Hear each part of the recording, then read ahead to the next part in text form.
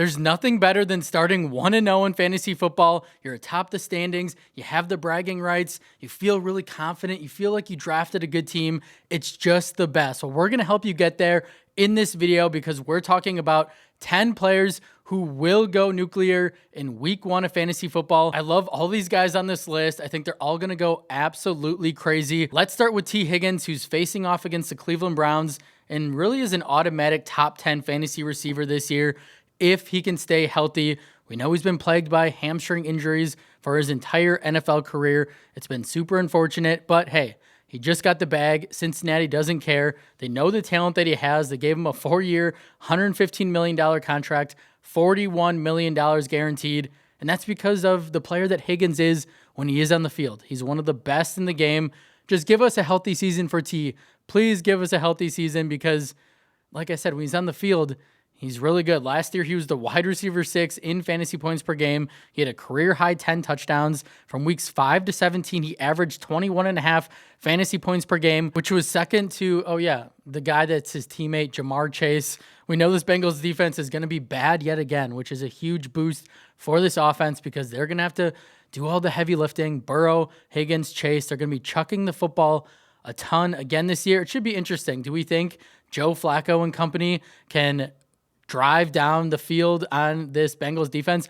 Probably, which means that, hey, it could be high scoring in this one. Regardless, though, I'm expecting this Bengals offense to come out the gate scorching hot. They've had slow starts historically the past couple of years. A lot of the starters played well into the preseason. I think they're going to come out on fire. I think they're going to come out slinging the rock, and this matchup is too easy to pass up on against the Cleveland Browns. We know Myles Garrett is dealing with an oblique hip. It doesn't sound serious, though, for Garrett, but all they have to do is contain Myles, and this pass attack should have a field day. And the Browns have allowed the 3rd most fantasy points per game to receivers this season. So if you drafted T, you're saying your prayers that he stays healthy, and if he does, he's going to go off all year long, and especially in week 1. Moving on to our next guy, James Conner, who's coming off a huge year. Like, he just defines age every single season. He's 30 years old, and it doesn't matter. He was the RB11 last year in fantasy, averaging 15.9 fantasy points per game while racking up 1,500 total yards, and he hasn't missed a step. 1st in evaded tackles last year, 2nd in missed tackles forced per attempt, 6th in explosive run rate. Conner, yet again, is going to be the engine on this Arizona offense and looks set for a massive workload in week 1. We know Trey Benson is the RB2, but he's proven to not be much yet. He hasn't shown us a ton. So Arizona is going to lean on the run, and they're going to lean on Conner. From weeks 10 to 18 last year, the Saints allowed the 3rd most rushing yards per game, along with the 4th most touchdowns to running backs last season. So yeah, what is James Conner going to do? He's going to score a touchdown. I feel like that's just a given at this point. I'm going to say over 85 total yards and a score seems like a lock. Conner could very well finish as an RB1 in the first week of the fantasy season. You got him at a really good value in your draft. You love to see it. Moving on to our next guy, Drake London. We talked about him all offseason, how we think he's going to have a big year. He's coming off a career year. This is a guy I've loved drafting all summer long, and he should be able to build on his strong year 3 this season. And a big reason for that is offensive coordinator Zach Robinson has used London in such creative ways, something that Arthur Smith was just not willing to do because Arthur Smith is the worst. But Robinson, this is really fun. They put Drake London in the slot a ton last year, which is something you wouldn't expect, but it's really been huge for his fantasy production. And I think Drake is also going to continue to get fed in the red zone, as he saw 23 red zone targets last year, which was the 3rd most among receivers, and being the top option in the pass attack. Darnell Mooney's banged up. Kyle Pitts hasn't done anything since his rookie year. Bijan Robinson, sure, will be involved in the passing game, but Drake is going to be the guy when they're chucking it, and London could see anywhere from 12 to 15 touchdowns. It would not shock me at all this year because of his red zone usage, because of his situation, because of the big framed receiver that he is. He's lethal in the red zone. In 3 games last year with Michael Penix as QB1, yeah, it's a small sample size, but 23 fantasy points per game, 34% target share. I'm expecting London to go crazy in week 1 against the Bucs defense, who's not that good. They gave up the 9th most fantasy points per game to receivers last season. And if Michael Penix can take a huge step in year 2, London could finish as the wide receiver 1 overall this year. Moving on to our next guy, Kenneth Walker, this kind of pains me to have him on this list because I'm a big Zach Charbonnet guy. If you guys know me, like Zach Charbonnet, I think is going to be a value this year in fantasy. I think he could take over this backfield. But since we're talking about week 1, we got to talk about Kenneth Walker because right now he's healthy, right? I assume he's healthy. I mean, he hasn't practiced. He hasn't done anything in training camp. They've put bubble wrap around the man, just hoping they can get a couple weeks out of him. I'm assuming, not to be a downer, that Walker is going to get hurt at some point, right? And then it's going to be the Zach Charbonnet show. But for week 1, I think Walker could go off. He was the RB12 in fantasy points per game last year. And we know at this point what it is with Walker. He's explosive. He's hard to bring down. He's a tackle-breaking machine. He's a special back. I agree. He is. And he fits this new Clint Kubiak zone run scheme perfectly. Walker showed us also last year that he can thrive in the receiving game. He was 6th in receiving yards per game among running backs last season. And if Seattle decides in week 1, we're going to feed him, he's going to be the feature guy. I don't know if that's going to be the case, but if they decide to put him in that workhorse role, he is going to absolutely smash against the 49ers run defense.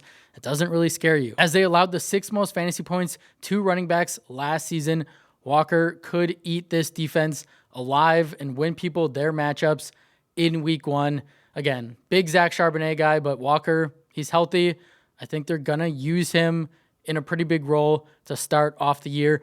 Moving on to our next guy, Travis Hunter. I'm expecting big things from the former Heisman Trophy winner in year 1, in week 1. Jacksonville didn't draft Hunter 2nd overall for him to not be a massive part of this offense. And this Jaguars offensive system, this offensive ecosystem is going to be really good under new head coach Liam Cohen, who has done wonders everywhere that he's been, offensive coordinator with the Bucs, most notably. And Trevor Lawrence, I think, finally is going to have that breakout year. He's going to have a career year. He's going to prove to us why he was the 1st overall pick. And Hunter is he's just a special player. He's just a special talent. He's like nothing we've ever seen. He had 96 receptions for over 1,200 yards and 16 total touchdowns in his final season at Colorado. He's an elite route runner, strong separator. And then you pair that with his elite footwork, explosiveness, his ability to get off the line. It's insane, which allows him to burn nearly every coverage. Just go look at his reception perception profile.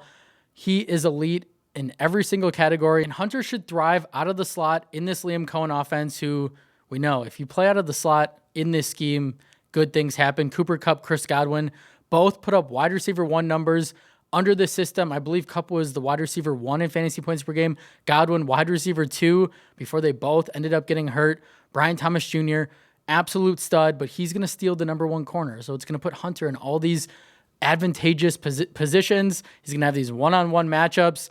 And the Panthers in week 1, it's a super juicy matchup as they've allowed the 8th most fantasy points per game to receivers last year and the 2nd most touchdowns to the position. So if you're looking for a high upside guy to take the lid off your team and just to come out and get that W in your lineup, look no further than Mr. Travis Hunter.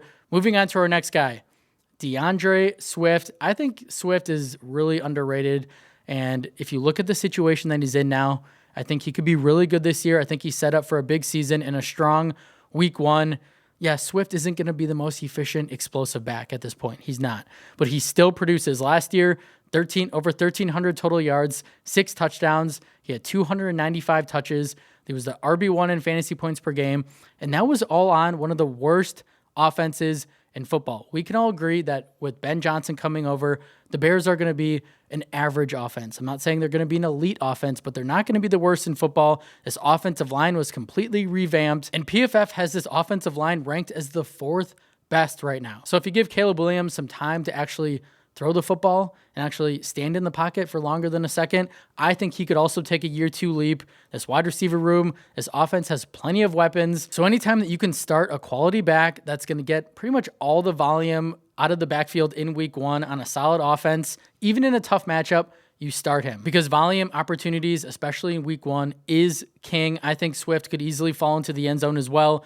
Remember, in Ben Johnson's 3 years as the Lions offensive coordinator, Detroit finished top 2 every year in goal line carries. So if Swift can convert those carries from in close, he could have a huge year. And also, we know that Johnson coached Swift in Detroit in 2022. That year, Swift had 70 targets. So if he's just the workhorse back on this offense, at the running back position. If he's getting all the carries, the goal line work, the receiving work, yeah, he's going to pay off at ADP. And I think he's going to come out hot in week 1. Moving on to our next guy, Tyreek Hill. The vibe around Hill has never been worse. It's pretty bad. He wasn't named team captain.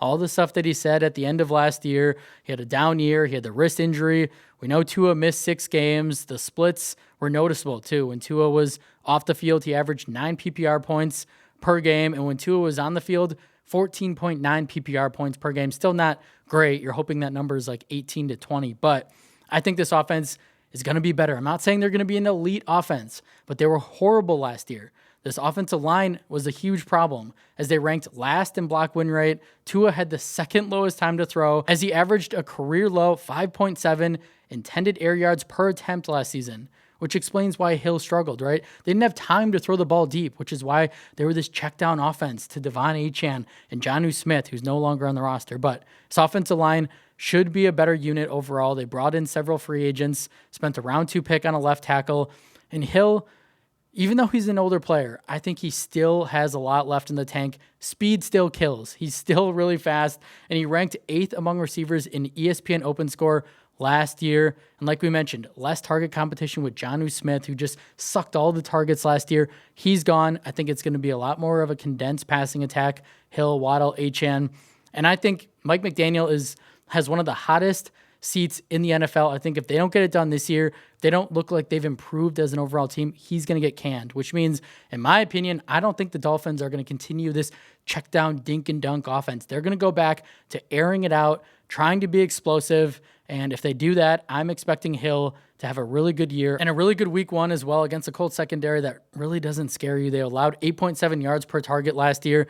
Like, Hill could easily go for 100 yards and a touchdown. Moving on to our next guy, James Cook. I think Cook is going to prove a ton of people wrong this year.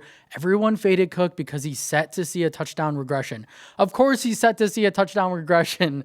The man scored 18 touchdowns last year after scoring 9 total touchdowns through his first 2 seasons. Of course he's going to have a touchdown regression, but he was the RB11 in fantasy points per game last year and just signed a massive 4-year, $48 million contract with $30 million guaranteed, which is a ton of money for a running back. We know Cook had a 48% snap share. He saw 48% of the offensive snaps last year. I just can't see a world where you give a running back all that money and then he still plays this minimal role, if you will. He's going to be on the field more, which after a contract like that, he's going to be on the field more, which is going to result in more opportunities, more fantasy points. Even if he doesn't have 18 touchdowns, like, he's going to have more yards, potentially more receptions, on an elite Buffalo offense, behind a top 10 offensive line. Like, why are we betting on a really good running back in his prime, 25, 26 years old, that just came off a really good year that proved to us that he can score touchdowns? Like, I would not be shocked if James Cook has double-digit touchdowns. Probably not 18, but 10 to 12. Easy. And Buffalo's offense will continue to run the football under Joe Brady after running it at the 4th highest clip last year. So what are we doing?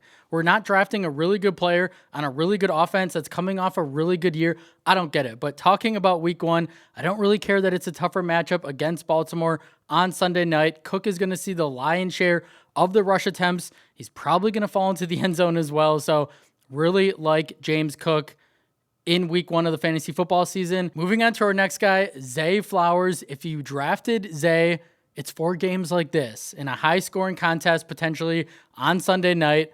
Ravens, Bills. In 5 games that the Ravens lost last year, Flowers averaged 15 fantasy points per game, and the passing attack is going to continue to run through Zay, who saw 44 more targets than any other Raven last year. Flowers also saw his targets per route run, first downs per route run, and yards per route run all increase in 2024. The Ravens are trying to get Flowers the football, and we know he's such a weapon with the ball in his hands. He was 10th in yards after the catch last year. He had 5 games over 100 yards. Get this man the ball, Baltimore. We know Isaiah Likely not going to play in this one. Mark Andrews, he's still a nice player, but he is an aging one. This is a guy where you bet on talent. You bet on the elite Baltimore offense with an MVP quarterback throwing him the football. If the TDs start hitting for Flowers, if the usage just increases just a little bit if they don't run the ball as much this year. Let's say they're in closer games and they have to pass more. Flowers could explode this season, and look for him to get off to a hot start on Sunday night against the Bills, who ranked last in catch percentage last year. I think Zay is a really strong upside play.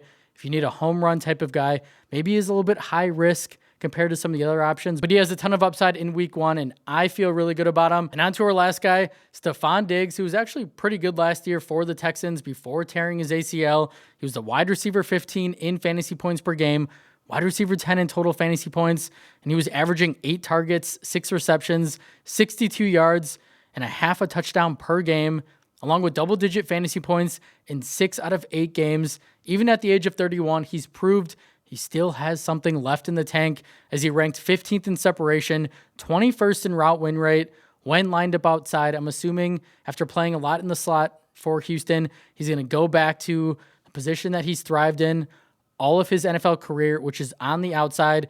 He's just a really talented player that is going to see a ton of work as the bona fide wide receiver 1 on this Patriots offense that desperately needs him. I think he's going to see a lot of volume, not only in week 1, but for the entire year. He's going to be Drake Maye's top target on this revamped New England offense that has a better offensive line, that does have more weapons. We're really high in Travion Henderson as well. Diggs will for sure survive on volume alone in week 1. If he doesn't get into the end zone, he's going to see 8 to 10 targets. He could have 7+ receptions because it's a very weak secondary in Las Vegas. Eric Stokes is going to be the primary guy who's going to be covering him. Eric Stokes is not a good defensive back. And I think this game could also be high scoring. 2 offenses with a lot to prove. 2 offenses that I think are going to be respectable this year. So if you get Stephon Diggs in a shootout, you are going to be pretty excited that you started him.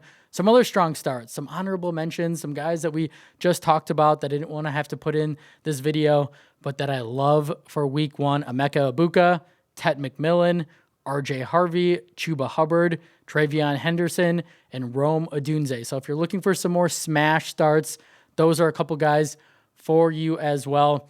That's all I have for you guys today. Let's get a W in week 1. Let's start off 1-0. Leave all your start sit questions down below. If you take away anything from this content, anything from this video, I'd really appreciate it if you do a couple things for me. If you like the video, first and foremost, subscribe to the channel if you're new. Click that hype button if you have it. I believe you only have access to the hype button if you're on your phone. So check for me there. Leave a comment down below.